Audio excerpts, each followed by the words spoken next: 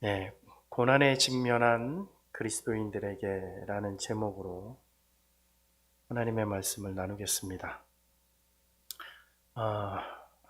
소방서에 근무하는 분에게 이야기를 들은 적이 있습니다.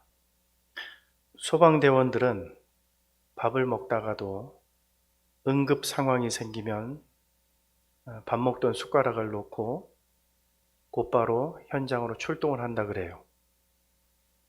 그런데 응급 환자를 신속히 병원으로 이송하고 돌아온 이 소방대원들은 아까 먹던 밥을 먹지 않고, 출동하기 전에 밥 먹던 그 밥을 먹지 않고 먼저 구급차부터 정리를 한다 그럽니다. 그렇게 하는 거는 다음 응급 상황이 발생했을 때 신속하게 출동하기 위해서라 그럽니다. 소방대원들은 아무리 많은 화재와 응급 출동을 해도 복귀를 해서 가장 먼저 하는 것은 다음 출동을 준비하는 것이라고 그렇게 말을 합니다. 밥을 먹다가도 응급 상황이 생기면 숟가락 놓고 달려가는데, 돌아오면 그 먹던 밥을 먹는 것이 아니라 구급차 정리하고 다음 출동을 위해서 준비한다 그래요. 항상 그런다 그럽니다. 여러분, 불이 날 때 몇 월 며칠에 불이 날 것이라고 예고하고 불이 납니까? 그러지 않죠. 자동차 사고가 날 때 어느 날 몇 시 어느 도로에서 사고가 날 것이라고 미리 알려주지 않습니다. 우리 몸의 병도 언제 병이 찾아올 것이라고 미리 알려주지 않습니다. 그렇기 때문에 우리는 항상 갑작스럽게 찾아오는 그 위기 상황 또는 고난에 우리는 항상 대비하고 있어야 합니다. 자, 그렇다면 여러분, 갑작스럽게 찾아오는 위기와 고난 앞에서 우리 예수 믿는 성도들은 어떻게 이 위기와 고난에 직면해야 할까요? 오늘 베드로전서를 통하여 고난에 직면한 자들에게 주시는 영적인 교훈이 있습니다. 첫째는 고난을 통해 우리의 믿음과 신앙이 더 견고해져야 한다는 거예요. 고난을 통해 우리의 믿음과 신앙이 더 견고해져야 한다고 가르쳐 줍니다. 자, 먼저 우리는 베드로전서가 쓰여진 배경을 확인할 필요가 있습니다. 일반적으로 베드로 전후서는 주후 63년경에 쓰여진 것으로 학자들은 그렇게 말을 합니다. 주후 63년. 그런데 주후 63년은 좀 의미 있는 해였습니다. 왜냐하면 바로 그 다음 해인 주후 64년에 기독교 역사상 잊지 못할 커다란 사건 하나가 발생하기 때문입니다. 지난번 마가복음을 설교하면서 한번 제가 잠깐 소개한 적이 있는데, 주후 64년, 그러니까 주후 64년 정확히 그해 7월 19일 로마의 대화재 사건이 발생합니다. 네로 황제가 로마시 전체에 불을 질렀는데, 이 화재로 로마의 3분의 1이 잿더미가 되고 10개의 구역 중에 7개의 구역이 회생 불가능한 심각한 타격을 받게 됩니다.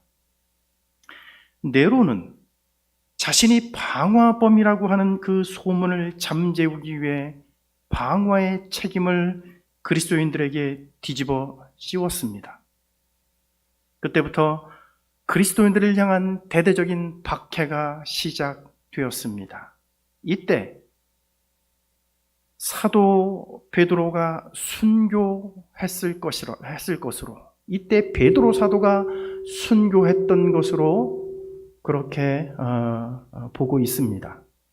바로 그 해가 AD 64년이에요. 주후 64년입니다. 그리고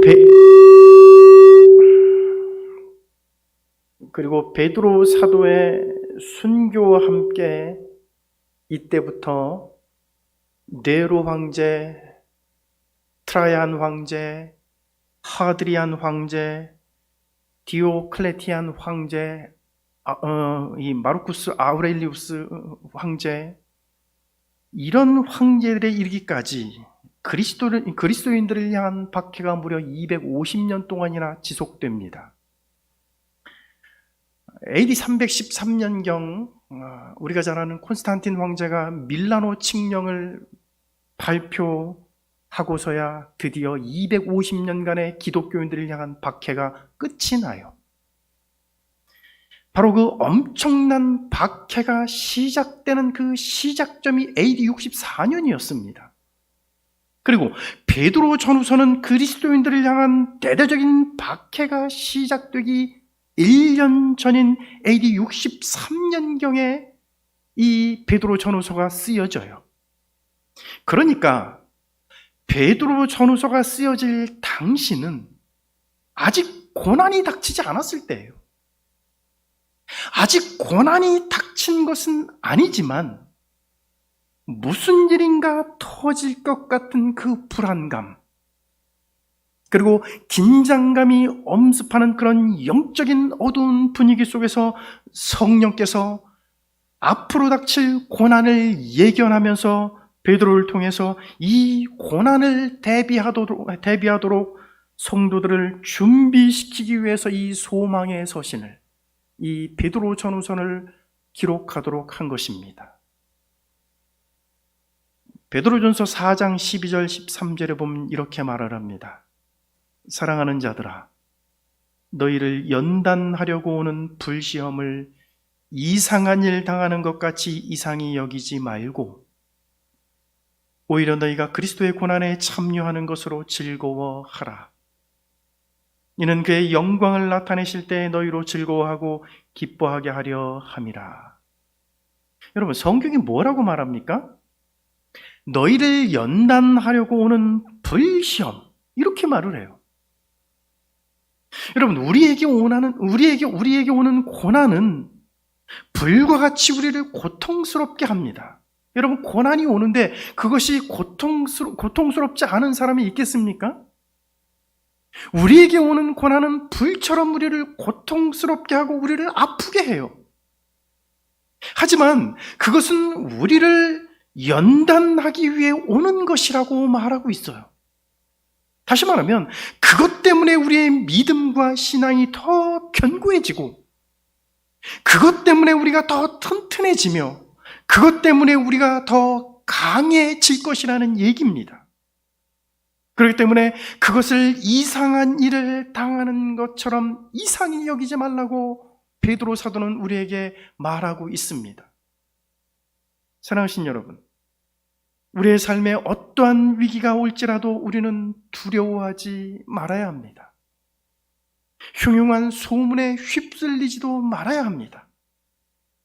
우리는 조용히 기도하면서 그리스도의 고난에 동참하며 우리에게 찾아오는 위기와 고난을 통해서 우리의 믿음과 신앙이 더 견고해지는 기회로 삼아야 합니다.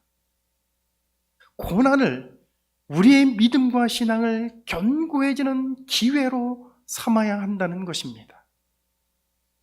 두 번째는 고난에 직면한 그리스도인들에게 오늘 본문이 우리에게 주는 교훈이 두 번째는 뭐냐면 복음의 씨를 뿌리라고 그래요.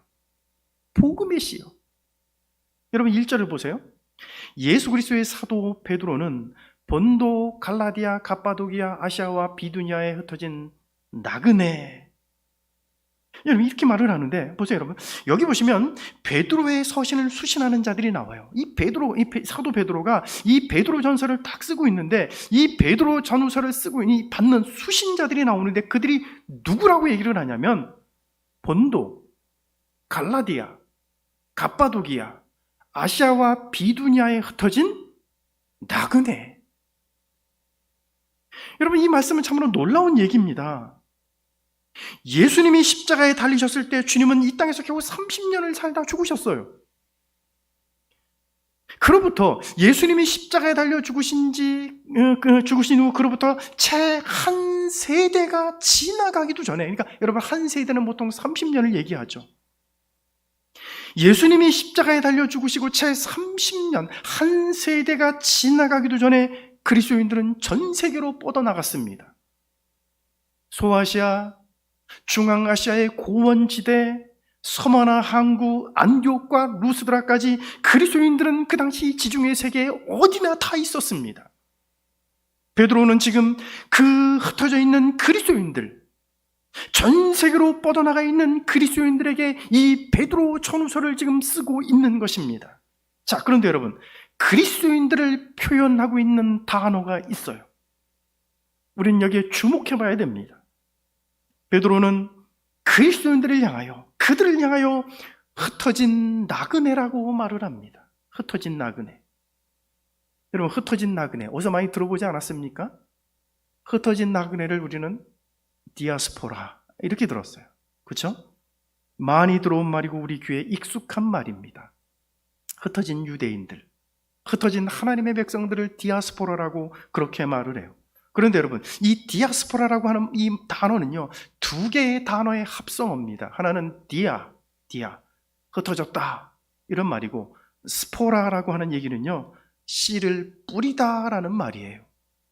그러니까 흩어져 있는 그리스도인들은 단순히 그냥 흩어지기만 한 것이 아니에요. 그들은 그리스도의 복음의 씨를 뿌리기 위해 흩어진 것입니다. 그들의 흩어짐에는 하나님의 뜻이 있었고 하나님이 주시는 사명이 있었던 것입니다. 여러분 기억하십니까? 사도행전에 보면 스데반이 돌에 맞아 죽기 전까지 오순절 성령을 받은 성도들은 흩어지지 않고 모여 있었습니다. 그들은 밤낮 모여 자기들끼리만 은혜를 나눴고 그들은 자기들끼리만 모여 성만찬을 나눴습니다. 그들은 온 유대와 사마리아와 땅끝까지 이르러 내 증인이 되리라고 하는 주님의 명령과 사명을 까맣게 잊고 있었습니다. 그래서 하나님이 일으킨 사건이 뭡니까, 여러분? 스데반이 돌에 맞아 죽는 사건이었습니다. 스데반이 돌에 맞아 죽음으로 예루살렘에 모여있는 성도들은 사방으로 흩어지기 시작했습니다. 그때 우리가 잘 아는 빌립은 유대인들이 그렇게도 가기를 꺼려했던 사마리아 지역으로 가서 거기서 복음을 전하고 거기서 수많은 영혼들을 구원해내요. 여러분, 하나님이 스데반 사건을 허용하지 않았다면 빌립은 사마리아 땅으로 가지 않았을 것입니다. 어떤 복음주의 신학자는 이렇게 말을 해요. 오늘날 교회가 자기들끼리 모여 성경 공부하고 자기들끼리 모여 친교를 도모하고 자기들끼리만 모인다면 하나님은 교회의 내분을 일으켜서라도 강제로 흩어 놓으실 것이다. 이는 무슨 말일까요? 하나님은 그렇게 해서라도 복음을 전하게 하신다는 말입니다. 저는 요즘요, 한국의 대형 교회들을 다시 한번 생각해 보았습니다. 교회들이 가지고 있는 교회들이 여러 가지 구설과 문제 때문에 교인들끼리 편을 갈라서 싸우고 어떤 성도들은 교회를 떠나고 있다는 얘기를 가끔씩 들을 때가 있습니다. 외형적인 모습을 보면 참으로 안타까운 이야기예요. 세상 사람들이 그것을 보고 얼마나 우리 교회를 비난하고 교회를 냉소적인 눈으로 바라볼까? 참으로 안타까운 일입니다. 그러나 여러분, 사도행전적 관점에서 봤을 때, 성경적 관점에서 본다면 교회가 나가서 전도하지 않고 자기들끼리만 모여 있으니까 하나님이 사방으로 흩으시는 것이 아닌가 하는 생각을 할 때가 있습니다. 그동안 제자 훈련 받을 만큼 받았으니까, 그동안 성경 공부할 만큼 했으니까 이제 흩어져 복음의 씨앗을 뿌리라고 하나님이 강제적인 수단, 내분이라고 하는 수단을 써서 흩으시는 것이 아닌가 하는 생각을 하게 됩니다. 사랑하신 여러분, 오늘 우리는 국가적인 위기와 고난, 그리고 개인적인 삶의 고난에 직면해 있습니다. 이럴 때일수록 우리는 흩어진 자리에서 복음의 씨앗을 뿌려야 하는 사명을 가진 성도임을 기억해야 합니다. 그래서 우리가 머문 자리, 우리가 서 있는 그 자리, 거기에서 예수 그리스도의 복음을 증거하며 살아야 합니다. 세 번째는요, 우리에게 소망이 있음을 우리는 기억해야 합니다. 3절을 보세요. 우리 주 예수 그리스도의 아버지 하나님을 찬송하리로다. 그의 많으신 긍휼대로 예수 그리스도를 죽은 자 가운데서 부활하게 하심으로 말미암아 우리를 거듭나게 하사 산 소망이 있게 하시며. 여러분, 베드로전서 전체를 보면 정말 많이 나오는 단어가 있습니다. 그게 뭐냐면 고난이라고 하는 단어예요. 이 단어가 무려 15번이나 나와요. 그래서 학자들은 베드로전서를 고난의 서신이라고 말을 하기도 합니다. 그런데 고난만큼 또 많이 나오는 단어가 있어요. 그게 뭐냐면 소망 또는 희망이라는 단어가 무려 14번이나 나옵니다. 여러분, 우리의 삶이 아무리 힘들어도 우리가 삶을 지속할 수 있게 만드는 것이 있습니다. 여러분, 그것이 무엇인지 아십니까, 여러분? 희망이에요. 희망. 아무리 살기가 힘들어도 그래도 우리가 여전히 살아갈 수 있는 이유, 그 근거는 바로 우리에게 희망이 있기 때문이에요. 내일은 좀 나아지겠지. 작년에 코로나 때문에 정말 힘들었지만 올해는 그래도 괜찮을 거야. 이제 코로나도 다 끝나가잖아. 괜찮을 거야 하는 그런 기대감, 그 어떤 희망이요. 우리의 자식을 생각하면 어떨 때는 한숨이 나오지만 그래도 이 아이가 어른이 되면 그래도 지금하고는 달라지겠지. 그런 어떤 기대감, 여러분, 그것 때문에 지금 우리의 삶이 아무리 힘들어도 견뎌내고 삶을 지속할 수 있는 겁니다, 여러분. 여러분, 자살하는 사람이 왜 자살하는 줄 아십니까, 여러분? 내일에 대한 희망이 없기 때문이에요. 이래도 저래도 아무런 희망, 소망이 보이지 않기 때문에 죽는 거예요. 죽으면 다 끝나겠지? 하고서 죽는 겁니다. 여러분, 단테의 신곡 많이 들어보셨죠, 여러분? 이거 단테의 신곡에 보면 지옥의 입구에 이런 글귀가 쓰여져 있습니다. 여기에 들어오는 자는 일체의 희망을 버리라. 그 단테가 쓴 그 신곡에 나오는 그 책에 나오는 내용입니다. 지옥의 입구에 여기에 들어오는 자는 일체의 희망을 버리라. 여러분, 이게 지옥입니다. 일체의 희망이 단절된 장소, 그곳이 바로 지옥이라는 거예요. 그런데 여러분, 여기 3절을 보십시오. 여러분, 뭐라고 말하고 있습니까? 예수께서 부활하심으로 우리에게 뭐가 있게 하셨다 그래요? 산 소망이 있게 하시며. 예수 그리스도께서 부활하심으로 예수 믿는 성도들에게 산 소망이 있게 하셨다 그럽니다. 여러분, 이 산 소망이라는 말을요, 영어 성경에는 이렇게 번역을 했어요. Great expectation. 큰 기대감, 큰 기대, 엄청난 기대, 또는 큰 소망이라는 말로도 번역이 돼요. 여러분, 예수님의 부활이 성도들에게 큰 기대가 됐고 큰 소망을 가지고 살도록 만들어줬다는 겁니다. 죽음을 이기고 다시 살아나신 예수님의 부활 때문에 그를 믿는 성도들은 그 어떤 고난이 와도 두려워할 필요가 없게 되었다는 거예요. 왜요? 죽는다 할지라도 성도들은 다시 살아나는 부활이 있기 때문에 그렇습니다. 사랑하신 여러분, 오늘 우리에게도 고난이 있습니다. 예수 믿는 성도들이라고 해서 여러분 고난이 피해가는 게 아니에요. 성도들에게도 고난이 있어요. 우리가 만나는 고난은 1세기 그리스도인들이 만났던 그렇게 엄청난 고난은 아닐지 모릅니다. 그러나 우리에게도 크고 작은 고난이 있습니다. 우리에게도 견디기 힘든 크고 작은 아픔과 슬픔이 있어요. 그리고 이 고난은 우리가 예상치 못하고 있을 때 갑자기 찾아오기도 해요. 여러분, 고난이 예상하고 찾아옵니까? 대부분 우리가 예상치 못할 때 찾아와요. 우리의 가정 속에도 고난이 닥쳐오기도 하고 우리의 직장에서도 고난이 닥쳐오기도 하며 우리의 몸에 커다란 질병이 되어 찾아오기도 합니다.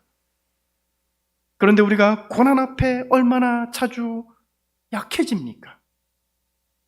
그리고 얼마나 자주 절망합니까?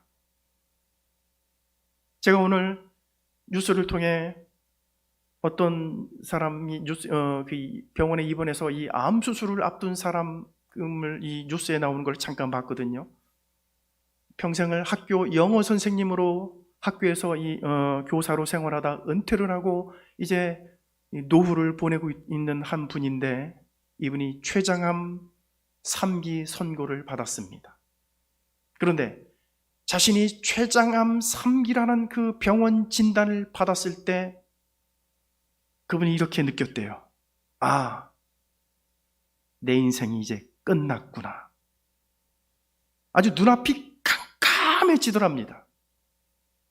내 인생이 이제 끝났구나라는 그런 아주 청천벽력과 같은 그런 느낌을 받았다고 합니다.